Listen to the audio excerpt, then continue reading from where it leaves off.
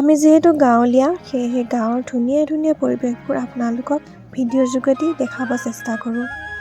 আজি ৰ'দটো বৰ চোকা, সেইকাৰণে মায়ে ৰাতিপুৱাই ধান ৰ'দাবলৈ ভঁৰালৰ পৰা ধান উলিয়াইছে। কাতি বিহু আহি আছে আৰু এসপ্তাহহে বাকী আছে। যদিও কঙালী, ঈশ্বৰে দিয়া সোণোৱালী ধানে মাহে ভঁৰালত সঞ্চয় হৈ আছে। সেইকাৰণে মায়ে ভতিজাটোৰ লগত ভঁৰালৰ পৰা ধান উলিয়াই ৰ'দত শুকুৱাইছে বিহুৰ কাৰণে। ঈশ্বৰক মই একো নিবিচাৰোঁ।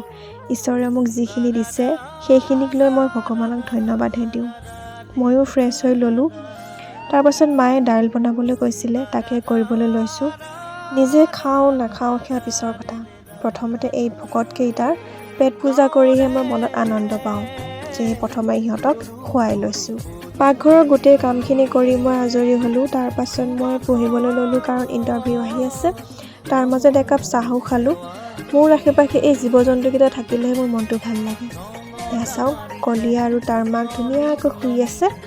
আৰু এইফালে আছে মোৰ মইনাজনী, মানে মৰমতে তাইক মই মইনা বুলি মাতোঁ।